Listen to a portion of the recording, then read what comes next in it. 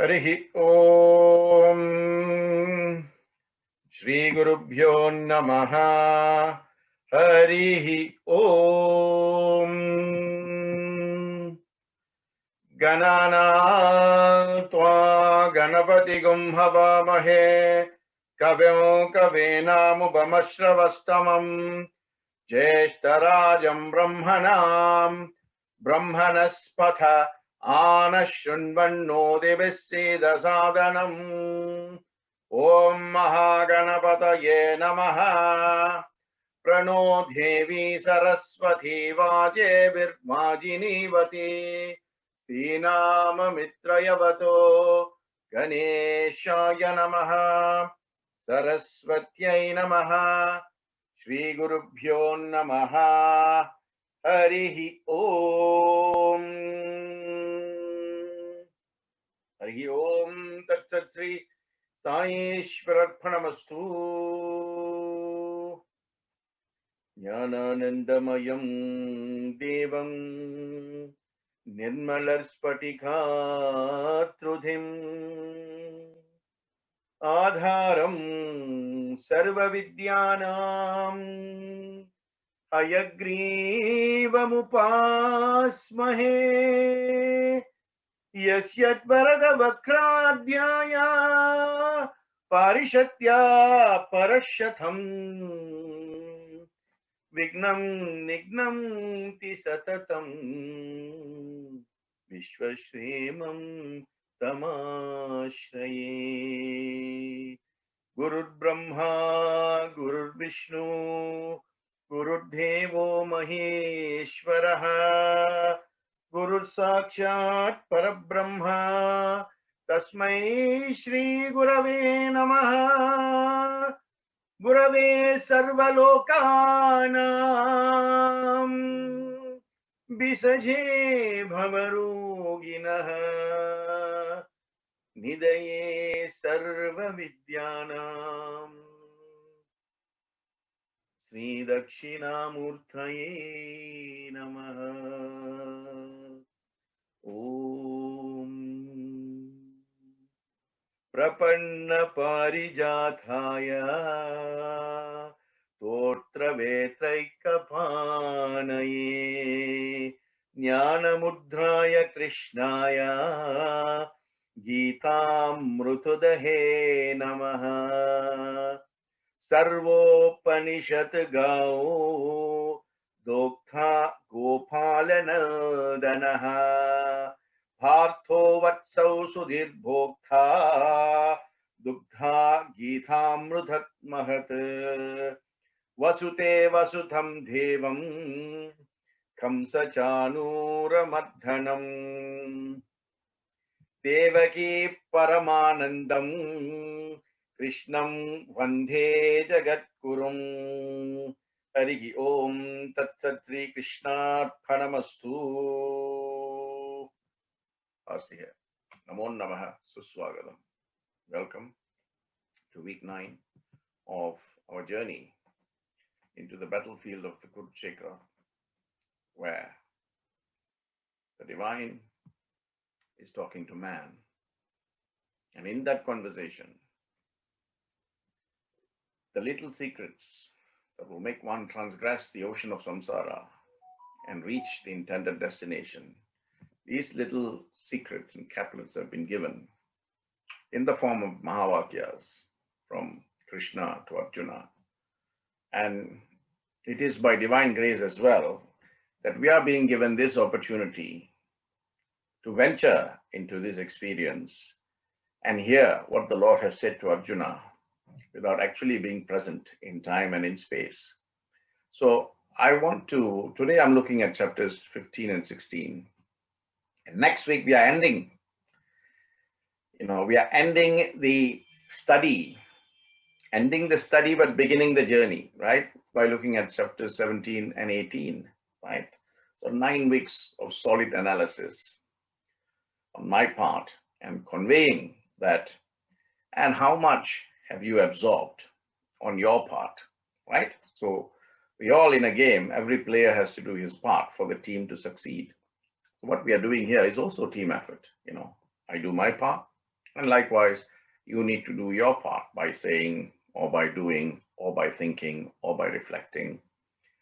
And I hope that all of you have been attempting those reflective questions that I have been, sending to you through Brother Ganesh, for you to reflect on the chapters that we have covered. So today we're looking at 15 and 16, after which you will get, understanding and reflecting on chapters 15 and 16, because that is where the true reflection and the true application of what has been engendered and transmitted through these sessions dawns upon you at a conscious level, which you can then develop to a subconscious level, which will then reach out to the superconscious level. And then your spirituality also, boomerangs between one and the other, depending on how much effort or how much your personal sadhana is. So, going back to the battlefield where I said to you what each player and what each item represents, how much of that have you absorbed? How much of your mind are you controlling now? I said the 5 horses are the 5 senses, and the reins from the horses that Krishna holds in one hand, those reins are discrimination. So in this 9 weeks, how much of discrimination have you exercised over your senses? Right? And I said to you, Krishna represents buddhi and Arjuna represents the mind. Only when the intellect has a control of its senses can it direct the mind. So how much of that have you applied in your respective lives, right? So the amount of information one has is of least importance if there is no transformation at all, right? Even the littlest of information must engender some transformation.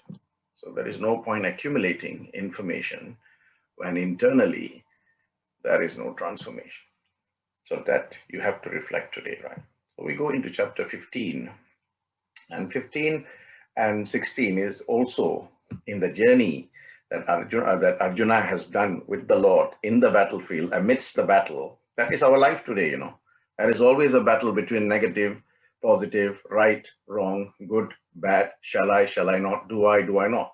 But battle is constantly ongoing, day in, day out, in this, Deha Kurukshetra. So one must understand what one is required to do in order to become a bit more tranquil with oneself, because only with a sense of tranquility injected in yourself can the mind be at peace, so that it can reflect on the right sort of things and make that mind a bit more fertile for the seeds of devotion to be planted, so that it can grow with Shraddha, faith, and Bhakti, devotion. Then it goes high up. Otherwise, the roots will not go very deep down, in which case the tree can easily be uprooted by what? By attachment. Attachment to what? Attachment to materialistic world, desires, asha, pasha, ichcha. All this will stop you from continuing with your physical journey. So in 15, Krishna talks to Arjuna about samsara. 4 things: samsara, jiva, jagat, and purushottam. So first he starts talking about samsara. Then he talks about, this samsara, what is the means of liberation, right? The first 6 verses he talks about that. Then he goes on to discuss the 4 levels of Brahman. 4 levels of Brahman. That means, he talks about jiva, from jiva to jagat, from jagat to purushottama, from purushottama to paramatma. Right? Now, obviously, and then he talks about the glory of the paramatma. So that is why, because the chapter is focused on purushottama, the chapter is called Purushottama Yoga, chapter 15. Okay. So if we go back to what I did last week, chapters 13 and 14, right? Here in chapters 13 and 14, we looked at Jiva and Ishvara, right? There is talking about Jiva, Jagat, Purushottama and Paramatma. The same thing, but in a different way, right? Because there are many roads to Rome, right? Like that. Krishna is explaining the same concept from a different perspective. Remember, I said sometimes we need a change of perspective, right? In order for us to tack the intended message. So in chapter 15, in the first 2 verses, Krishna talks about the description of the vast and endless samsara by comparing it to the mighty Ashwatha Mara. Ashwatha Mara is the Ashwatha tree. Ashwatha tree is a people tree, very, very strong, and it reaches out far and wide, Ashwatha. And some of the leaves are sometimes, when we do pujas and all, we put it in the mouth of the kalasha on which we place the coconuts. So it's got a special significance.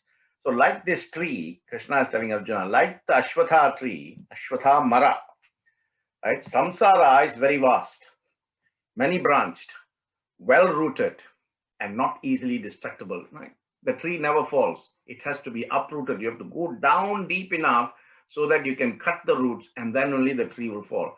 So it is very, very strongly rooted and extremely, concrete foundation it has in terms of its strength, right? So as Krishna is telling Arjuna, this is exactly the jiva. The jiva is caught in the samsara, helplessly struggling to free itself. So from jiva, he goes on to jagat.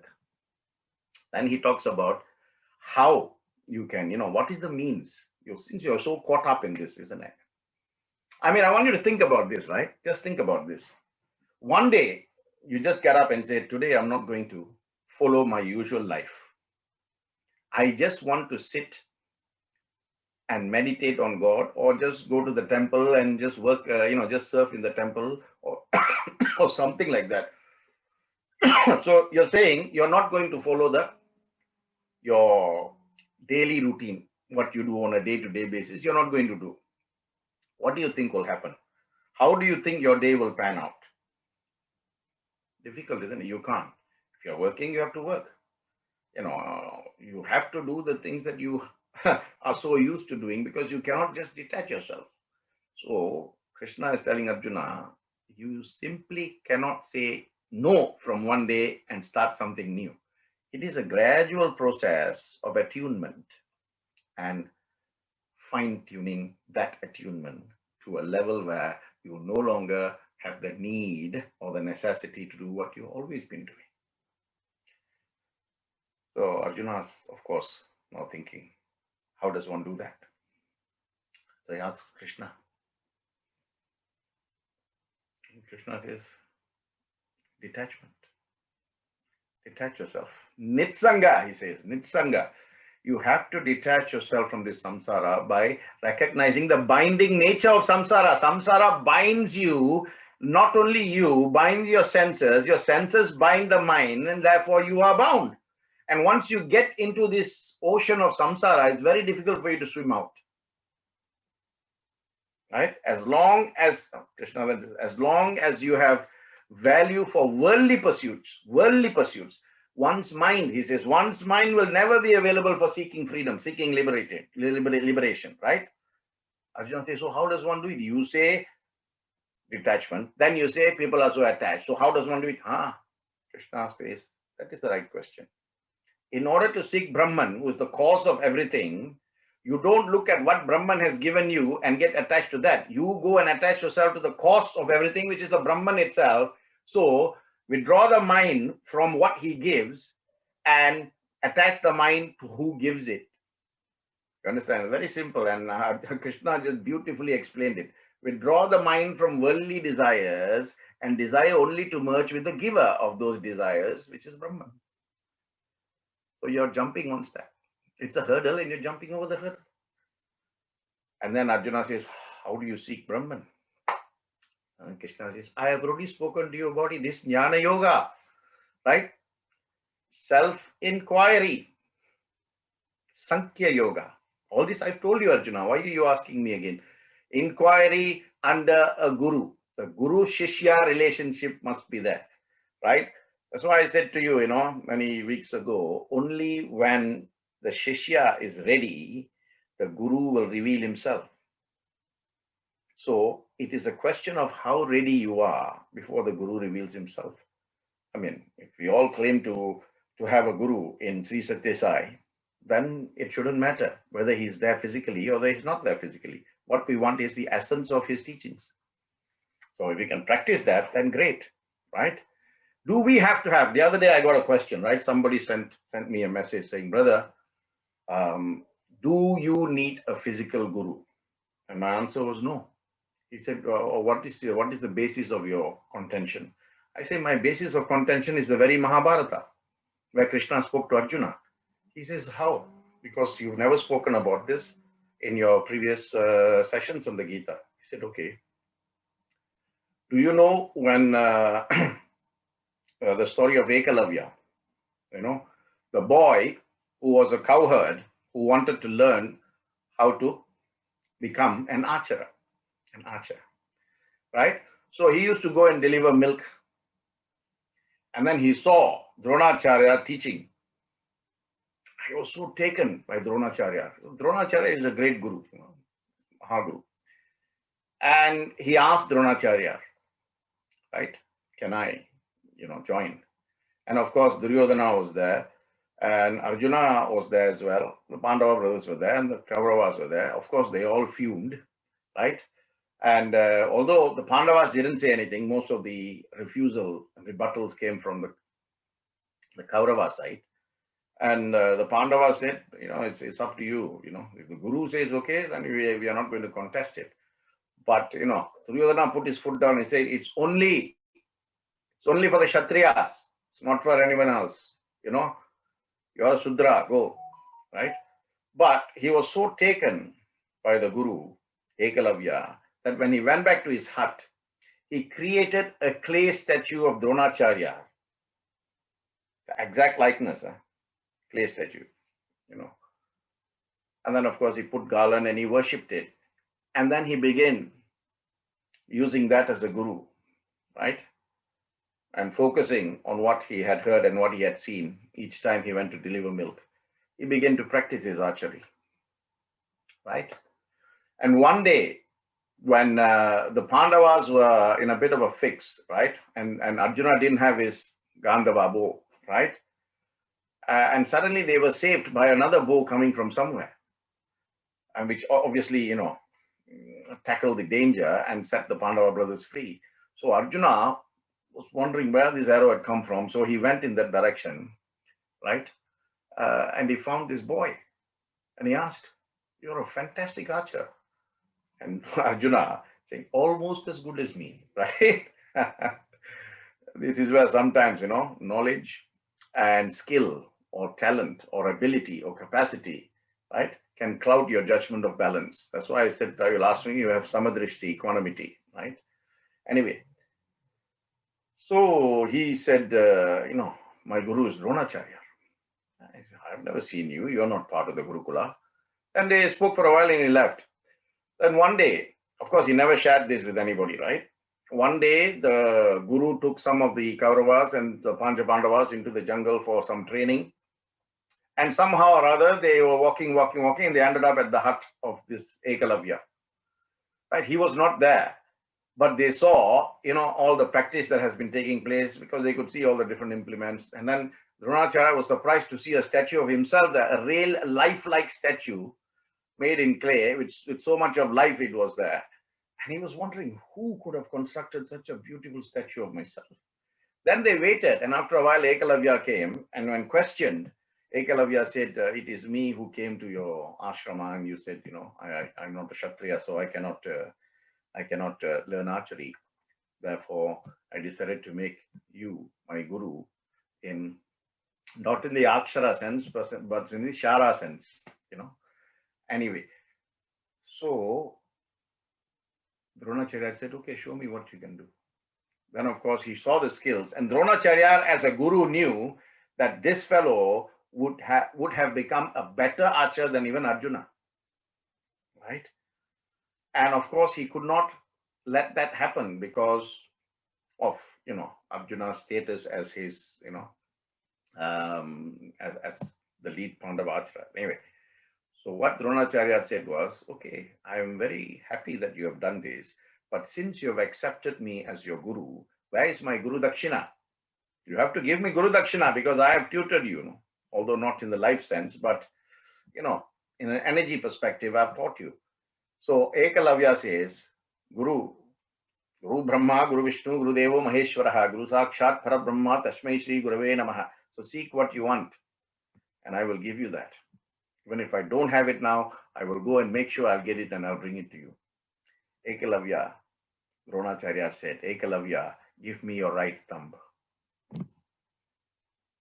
And such was the depth of devotion on the part of Ekalavya that even without thinking for a minute, he took his knife, cut his hand, and offered it. At that point in time, of course, without the right thumb, you cannot pull an arrow. You cannot do archery. Right?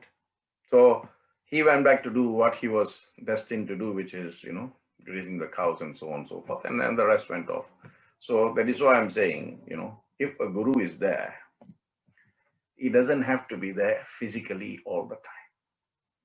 If you really have a relationship with your guru, it can be at a subconscious level, which will show itself in conscious level in different ways. Okay. Anyway, then Krishna says, Jnana Yoga, and of course, Jnana Yoga means having a guru who's going to instruct you. Then Arjuna says, okay, what are the instructions? What are the qualifications necessary to get this knowledge? He said, you have to understand the nature of Brahman. Brahman is not illumined by anything because it is self-effulgent. It is the consciousness through which everything else becomes illumined. That is what you should go for, right? So, like last week I said to you, if a bulb is shining bright, it's not because it's the bulb's capacity, it is because of the power of the electricity that is going through to give that bulb light. So, Brahman is that very electricity, not the light that shines through the bulb. Therefore, attaining the Brahman, you need to follow where the source is. Once you go to the source, then, that is why Swami often says, when you eat, you give thanks to who? Right? You give thanks to the supply chain all the way, right to the farm, the farmer who farms and who plows the land, farms, and then harvests, and then sends it to the, the town, and then the town packs and whatnot, and then sends it to, exports it or whatever, and then you get it from a shop, and then you cook it and you eat it. So that's the entire thing. So you follow the source, you will go where to the rice came from. So if you ask somebody, where is this rice from? They can't tell you it's from this supermarket or that supermarket. They are just intermediaries, agents. So Krishna says, Arjuna, there are many agents on the path of this samsara. If you tack on to the agents, you will never reach the source. You pass the agent, say, thank you, pass, thank you, pass, thank you, pass, until you reach the Brahman, right? Because once you reach the Brahman, then you have transgressed over Jiva and Jagat. Jiva and Jagat.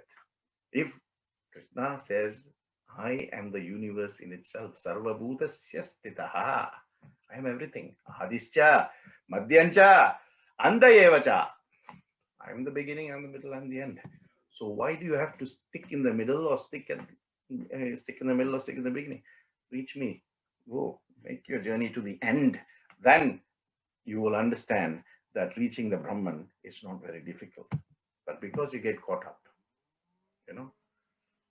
it's like taking a flight and then you got a transit, 1 hour, 2 hour. And that 1 or 2 hour is only a transit. You don't make yourself so comfortable that you're going to plan to stay there for 1-2 months. No, it doesn't work like that. So he's saying this life is a transit. You come and then you'll go. At the time of death, something out of you will leave. That is the Atma, Jivatma. Jiva in the form of the Deha, the body will stay here. But the Atma will take all that memory and it will take the 5 senses and it will go and seek where it's going to go next. Another body or Bhuloka, Bhuloka, Swaloka, like that. Where are you destined to be? And that is dependent on what actions you have done. Karma. Karma phalan. So I addressed this when I spoke about Karma Yoga, right? So it is the Jiva who experiences everything through the sense organs, and everything is, put in the archive. And then when the soul departs, the archives also go. That is why sometimes you read stories of people who can recall what happened in their past lives and all of that, right? That is not a story made up. That is actually true, right? Because remember once I said to you, Krishna is telling Arjuna, I remember every life that I have endured and experienced, but you don't. Like that, the Lord can create something. he can sustain that creation to continue its existence in different forms at different times, but with the retention of that memory. To what extent you retain, again, depends on how pure-minded you are, right? Either two things. Either you're pure-minded or you're deluded. There is no middle ground, unfortunately. There is no middle ground, right? Either you are on this side or you're on that side, right? So there is no middle ground. That's what you need to understand. So you talk about the sun, you talk about the moon, you talk about the fire, you talk about the wind, everything comes from that one source. The Lord alone is the complete sustainer of all living beings. If you see the food prayer, Brahmarpanam, Brahmahavi, Brahmaknam, Brahmanahudam, Brahmaiva Dena Gandavyam, Brahma Karma Samadhinaha, Aham Vaishvanaro Bhutva. This is the fire, digestive fire he's talking about, right? Praninam Dehamashitaha, Prana Pana Samayukta, Pachamvi Annam Chaturvidam. So he can say, as the digestive fire, I can digest all the different types of food. Pachamvi Annam Chaturvidam, in 4 different ways, right? I am also one that is behind your mental faculties, your knowledge, your memory, your recalling power, your power to, your powers of cognizance, all of this, right? Nothing you have has come from something or someone. Everything you have within you, outside of you, everything comes from me. This is the basis of Jiva and Jagat that comes from me, Paramatma. So then Arjuna is even more interested. He's saying, if you are saying, there is the manifested energy and there is the unmanifested energy, then how do I know? Then Krishna says, oh, Brahman as unmanifested energy in the universe is called Shara Purusha. Shara Purusha. As the unmanifested energy in the universe, he's known as Akshara Purusha. So Shara Purusha, Akshara Purusha. Shara is the manifested Brahman. Akshara is the unmanifested Brahman, or Maya, if you like. One is reality and the other one is Maya. He says you have to go from Shara Purusha, from Akshara Purusha to Shara Purusha. Akshara Purusha is the first level. Then you have to transgress that to Shara Purusha. Then from Shara Purusha, you have to go to Uttama Purusha, the third level, Uttama Purusha, right? The Supreme, the Absolute. And then you have to go to the imperishable Absolute, which is the Paramatma. So 4 levels. From Akshara Purusha to Shara Purusha, from Shara Purusha to Uttama Purusha, from Uttama Purusha to Paramatma Purushottama, right? The imperishable, attributeless Brahman. That's what you need to have. And that's what you need to go. So he says, it's not difficult. Just like you practiced for years before you became an astounding archer. Likewise, this you're dealing with your mind. If you take 15 years to control your physical faculties to come to a level where you can do archery with such perfection, can you imagine how long you should take to do the same thing with your mind? So he's telling, this is the only difference. One should surrender himself to the Paramapurusha. Then only, and this should be an unconditional surrender. It cannot be just, on a day or a time or on a certain occasion, because you understand, because if you miss your chance and your body, you die, for example, because you die in different ways, right? Naturally and unnaturally.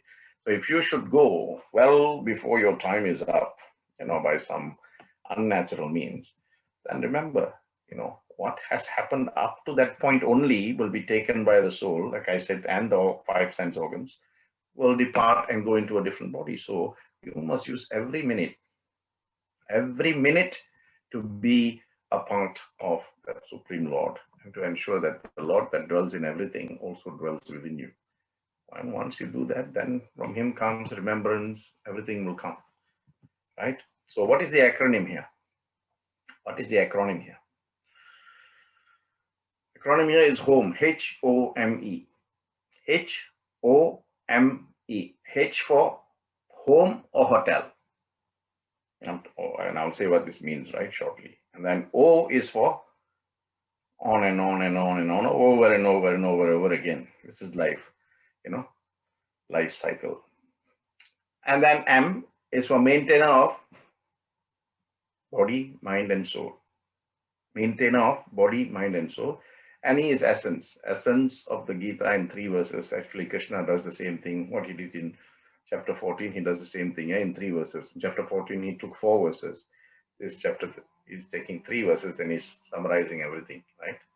It gives a wonderful energy about detachment within the spiritualist and how to fuel his desire to enter his real home in the spiritual realm. That's the main focus of this. So, I mean, when you travel and you go and stay in a hotel, right? Do you make yourself so comfortable? Or do you manage because you know it's only temporary? Even if 1 or 2 things are not comfortable or inconvenient, you'll say, it's only 1 or 2 days. It's okay. Let us manage. Let us carry on. Or do you start buying and painting the walls with the color of the paint that you like? Or do you change the wallpapers? Or do you change and move the furniture around to your liking? No. Krishna is telling this life, right?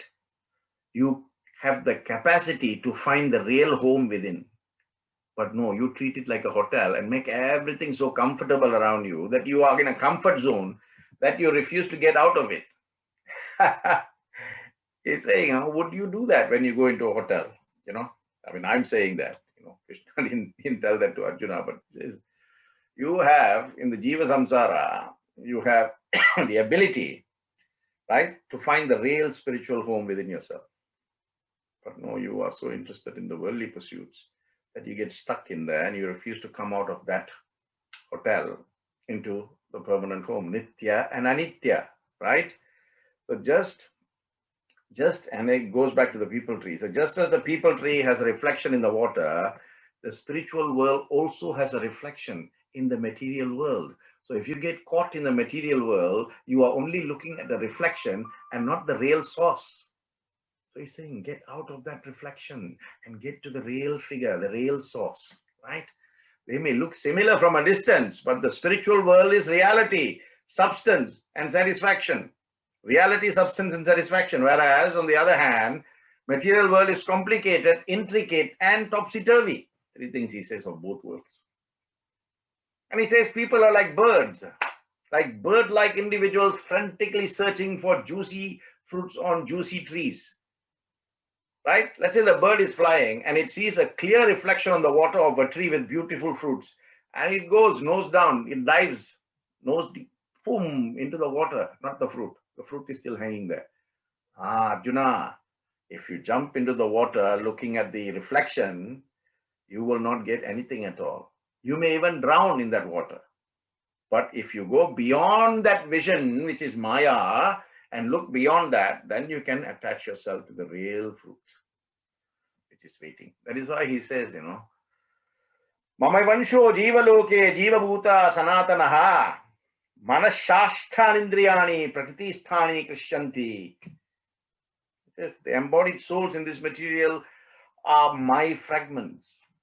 Mamavansho jivaloke jivabhuta sanatanaha. Everything is part of me. But bound by material nature, manashashthan indriyani. If your indriyas, your senses are bound by these, then prakriti sthani karshyati, then, including the mind, you will get caught. That's H. So you have to think, am I treating this life as a temporary thing, like a hotel, or am I treating it like a permanent home? Treating the hotel like a permanent home. Should I be looking at, my permanent postcode and not my temporary postcode?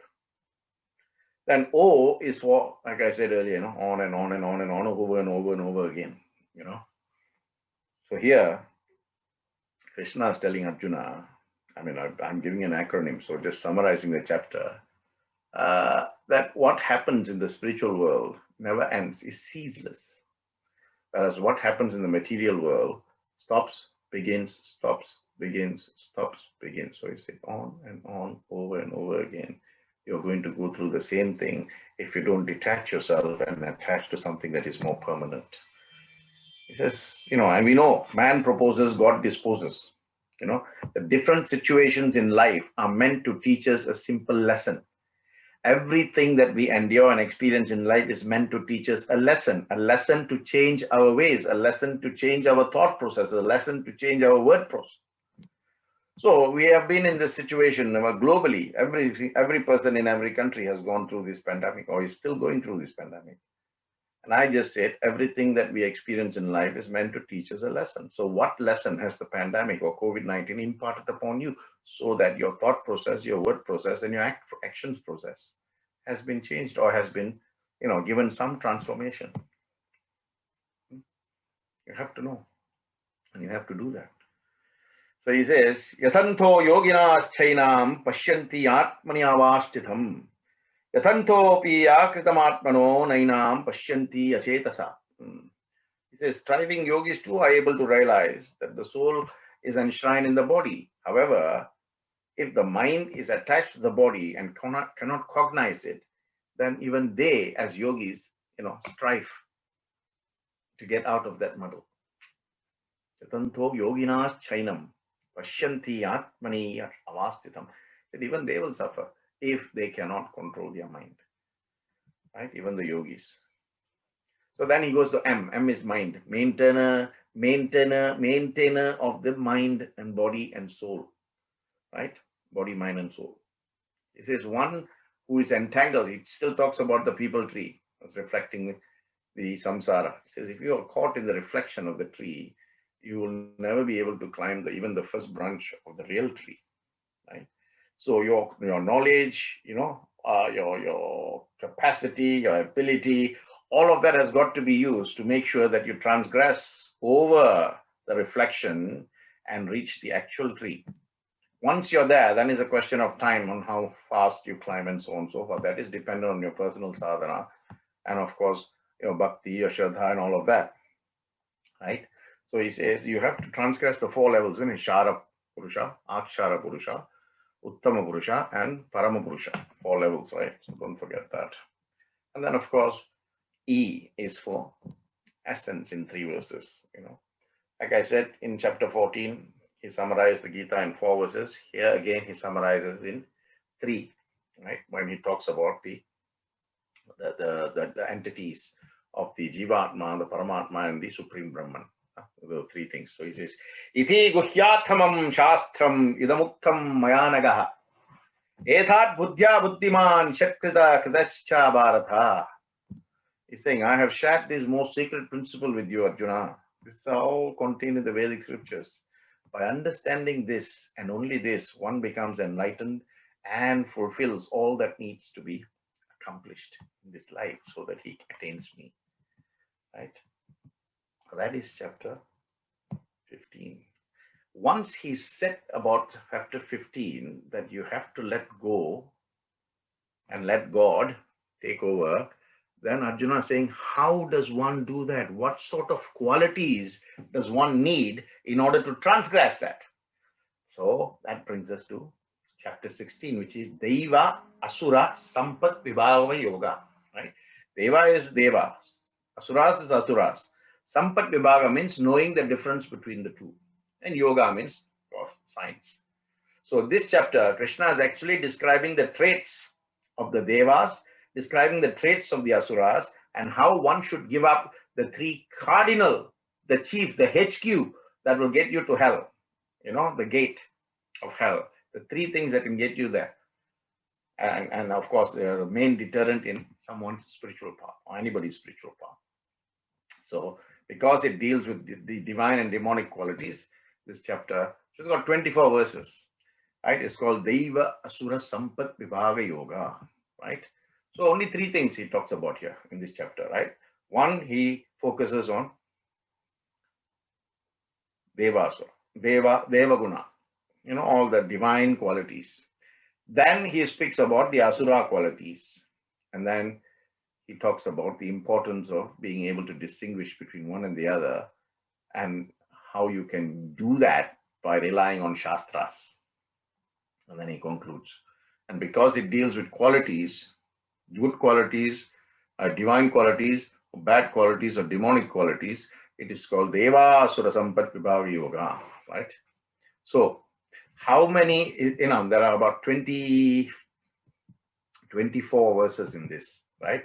And how many does Krishna focus on in terms of the division between the good qualities and the negative qualities? Well, remember in 15 he spoke about Jnana Yoga, right? Which is a direct means to liberation. And that is indeed one of the paths. Jnana Yoga is one of the 4 paths, right? So he's saying if you want to follow the path of Jnana Yoga, then you have to have several values. Those values need to be falling into the Deva quality and not the Asura qualities, right? Although, and he makes it very clear, he said, just because you give charity doesn't mean you giving charity will take you to heaven. He says the values themselves do not give you liberation. So please understand this. He says the value themselves do not give you liberation, but they are necessary to gain the knowledge that will give you that. The values themselves don't give you any liberation or any sense of liberation, but they are necessary for you to gain the knowledge, and from that knowledge you can get liberation. So they are a means to the end. Having these divine qualities is a means to the end. Just because you're a wonderful bhajan singer doesn't mean you go to heaven, right? But you need those qualities to gain the knowledge, right?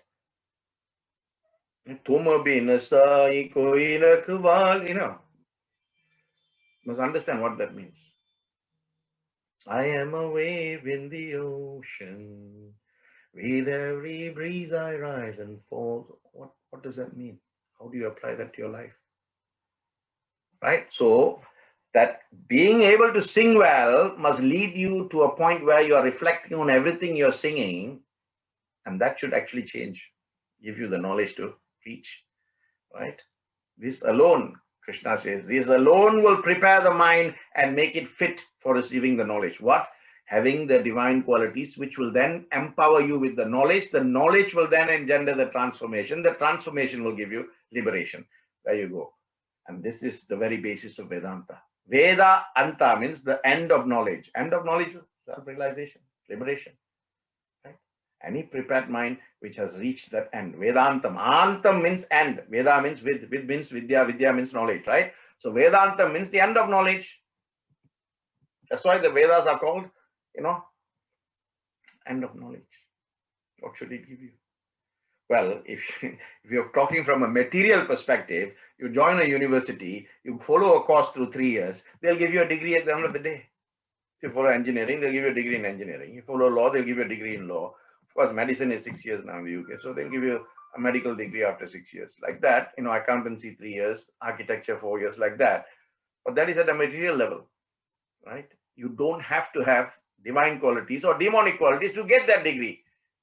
But Krishna is saying to reach heaven, to reach the Parabrahman as a Jivatma, you want to reach the Paramatma, you need to have these divine qualities. That is the basic.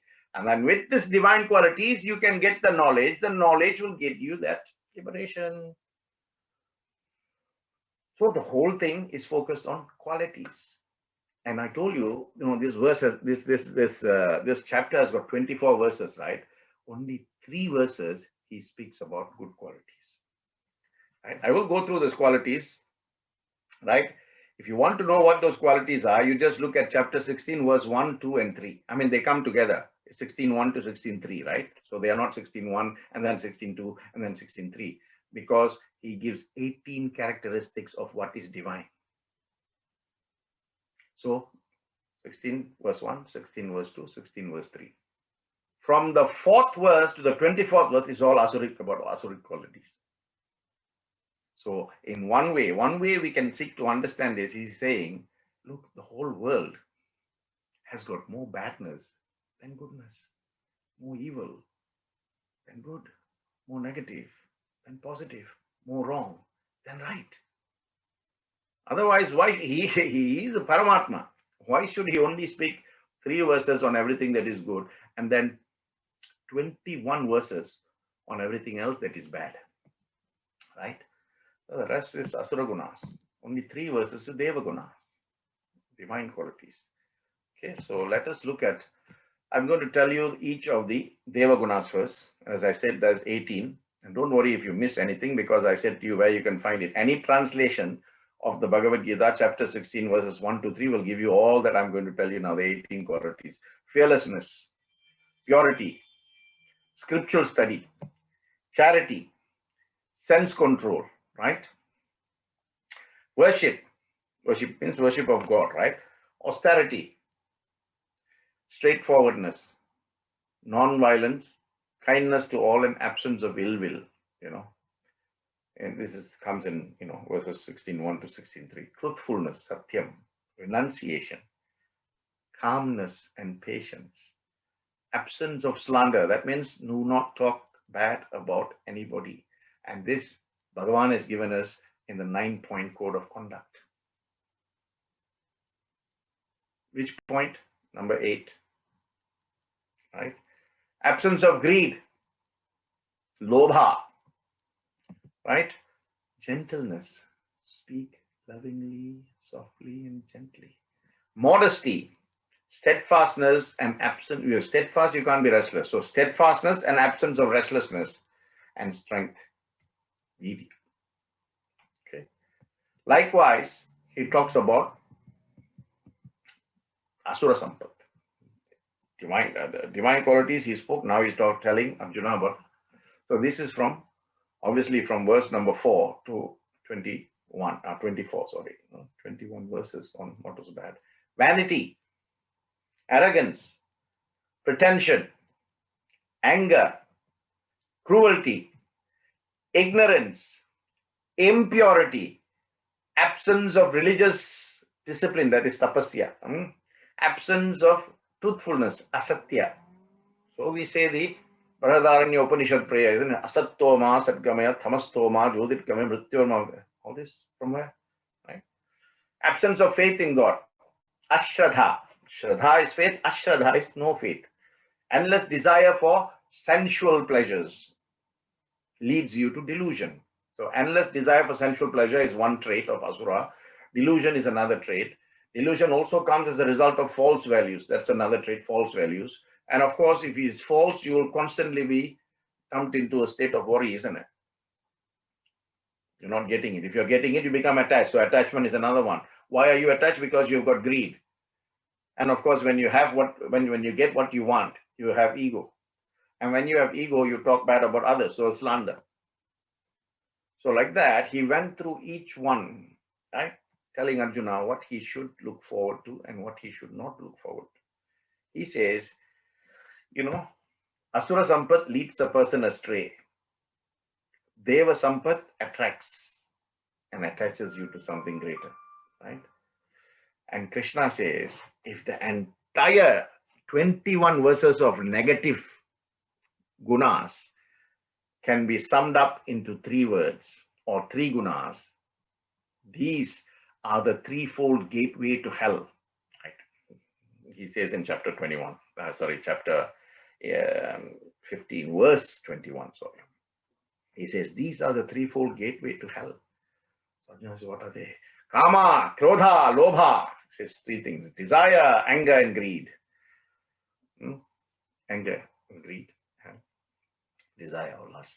So these are the 3. When one avoids these 3 traits and adopts the divine virtues, Deva Sampat, one becomes qualified for self-knowledge and attains liberation as a result of that. So he's saying, unless you move away from this Kama, Krodha, Lobha, Moha, Mara, Mamada, Matsirya, Hamkara, Harai, right? Then you cannot go to Deva Sampat. Without Deva Sampat, you don't have the qualification to get self-knowledge, Jnana Yoga. Without Jnana Yoga, you can't get that. That is if you want to go in that path. Right? We're talking about the qualifications one needs to engage in, right? Self-Jnana Yoga. Right? So he says, that's what the Shastras say. You want to know? If it's not just me saying this, yes, the Shastras also say this. Right? This is the pramana. Pramana means, determination of right and wrong. And this is what the scriptures also say, Shastras. Right? So you have to understand, Arjuna, that, these 3 things will get you to hell. Once you control these 3 things, then you can slowly move away from the demonic, from the asura levels to the deva levels. And as I mentioned before many times in different talks, That's why we have so many different types of celebrations within the Hindu calendar, right? We celebrate, birthdays. But as Swami says, your birthday should be the birth of the spiritual evolution that begins your spiritual journey to a different realm. That is your true birthday. So we have so many birthdays, isn't it? Next one, Guru Nanak's one is coming. And then, of course, today is the spiritual birthday of Kartikeya, as the Tamil South Indians say it, Kartikeya. We all light lamps. Birth of Lord Muruga. And then, of course, in January, in February, you have, all these various festivals, from Shivaratri to Navaratri, to Janmashtami, Ramanavami, all these, Hanuman Jayanti, all these birthdays for what? We are not celebrating their birthday, right? If you look at it from an energy perspective, they have no birth. They have no birth, they have no death. But for us to attach ourselves to that concept of Nidguna and Sadguna, attaching ourselves to Sadguna so that we can evolve through to Nidguna, we have to understand that, right? Godly qualities emancipate, while the ungodly qualities bind the soul. So one binds, one releases, right?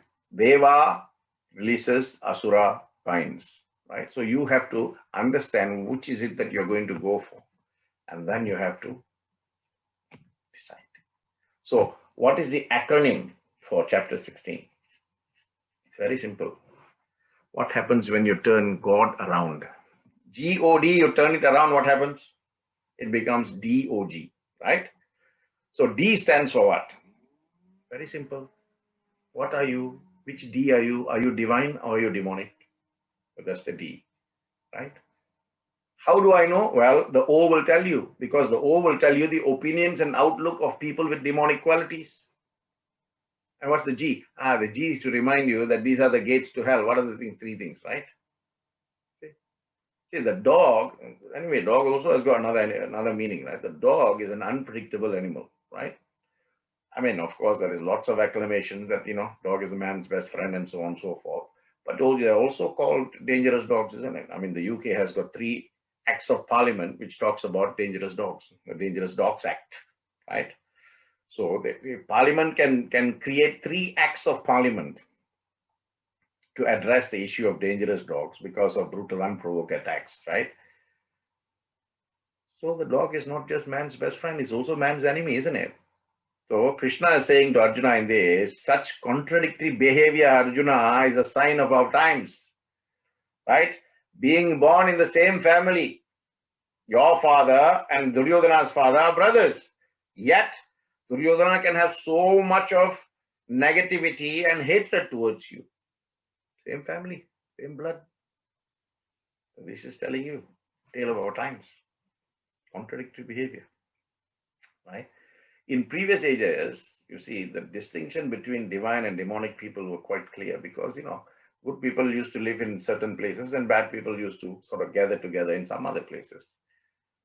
But in this time, in the current age that we live in, current age is Kali Yuga, right? Age of destruction, right? In modern times, there is no clear delineation or division between, who is good, who is bad in society. Everybody is mixed.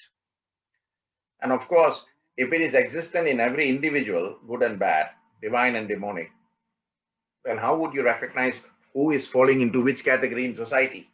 That becomes a different thing, isn't it? So, DOG, which is it? Are you divine? Are you demonic? How do I find out? O, outlook and opinions of people with demonic qualities. And then G is the gates to hell. So let's look at D first, right? Divine or demonic. What are you? How do you know? Right? And earlier I said, there are in verses 1 to 3, 1, 2, and 3, he talks about 26 divine qualities, right? And then verse 4, he focuses on 6. And then in verse 21, he says there are 3 main, hellish characters. So you can see, all the qualities that you have and all the qualities that you shouldn't have. I'm talking about divine qualities, that which you should inculcate and have. The demonic qualities that you should, annihilate or take out of your life. then you will know where you fall in, As I said, 16:1 to 16:3, that verse, forget about the Sanskrit verse, but if you read the conversion, it tells you fearlessness, purity of mind, steadfastness, charity, control of sense. It tells you the 26 characteristics. So don't worry if you missed it, it's there in black and white, okay? Then, of course, from verse 4 onwards, he talks about all the demonic qualities. So that is a question. How do we know whether we are in the divine, D-I, divine, or D-E, demonic? So Arjuna very cleverly asks, where do I fall in? Very cleverly he asks. So to reassure Arjuna that he is of a divine nature, Krishna distinguishes the activities, mentalities, and qualities of the divine category and people who fall into the demonic propensities. He said, if you are on the divine side, your question of a rebirth becomes question mark. That's a question mark. Whereas if you fall into the demonic propensity, that category, then, you are seen as a miscreant and you are cast into punarjanma because you've not yet developed. You go to the lower species of life. And remember, I told you, if there are 7 lokas going upwards, Bhurbhava, Swaha, Mahaha, Janaha, Tapaha, Satyam, 7 levels. There are also 7 levels going down. Atala, Vitala, Sutala, Talatala, Patala, Mahatala, like that. 7 levels going down. So he says those people who are falling into all those negative qualities, and this is the chapter you should read, especially the first 3 that tells you all the good qualities, and then the remaining 21 that only talks about the bad qualities.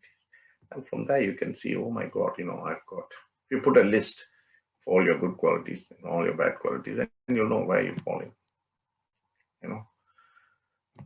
He says that Dambho Darpho Vimanasya Chakroda Parushyam Yevacha Ajnanam Jabijastasya Partha Sampadam Asurim. He says, Partha, these qualities that I'm telling you about, the moment you see someone possessing a demonic nature, right? Demonic nature means they are hypocritic, they are arrogant, they are conceited, they are full of anger, they are harsh, they are ignorant, all of that vanity, everything is there. That means they're going to go back again and again and again. Right? So that is people who are opinionated like that and people whose outlook takes them into the category of demonic. It's a choice you have, isn't it? You can choose. Remember, I always said to you, the consequence you are facing today is a direct result of a choice, conscious choice you made sometime earlier. So make the choice to engender more divine qualities and kill, annihilate. Don't worry, you'll get all this, all these auspicious occasions on which you can, each time you can celebrate, right? Like Navaratri, if you killed 1 bad quality a year, right? Just see how many qualities you could have killed all these years, right? Or you take on 1 good quality. Tell yourself, I only have place for 7 or 8 good qualities, and only that will be in me, and then begin. So G, D-O-G, right? D is divine or demonic, O is opinion and outlook of people with demonic qualities, and G is the gates to hell. And the last 3 verses in this chapter, 21, 22, 23, 24, they talk about this. And Krishna is telling, Trividam narakeshyedam dvaram nasanamatmanaha kama krodha tatha slobha tasmat etatrayam jayet. These 3 gates to the hell of self-destruction of the soul is lust, anger, and greed. Therefore, tasmat edam trayam tejayet. You should sacrifice all these 3. Abandon all these 3, right? And what happens if I abandon it? Then one is liberated from the 3 doors of darkness and is transported to the first door of light, which is jnana. And what does jnana do? Jnana will take you further and further and further into the source of the light, where you merge as Jivatma with Paramatma. The supreme destination is reached. And that is how he ends chapter 16. So we've seen the journey that Arjuna has made so far. And chapter 15 is telling him how he should inculcate jnana, and chapter 16 tells him what are the qualities he needs to get that jnana. Next week, we are going to 17 and 18 to see how Krishna finishes his great Upadesha, speech to Arjuna in the battlefield. And then, of course, the battle starts after that. Remember, this is all taking place in the first day. So the lesson here is it's always good to have a clear mind before we start something. And that is the message here. Because after you start it, it's a bit difficult. After you start it, it's a bit difficult for you to have a clear mind.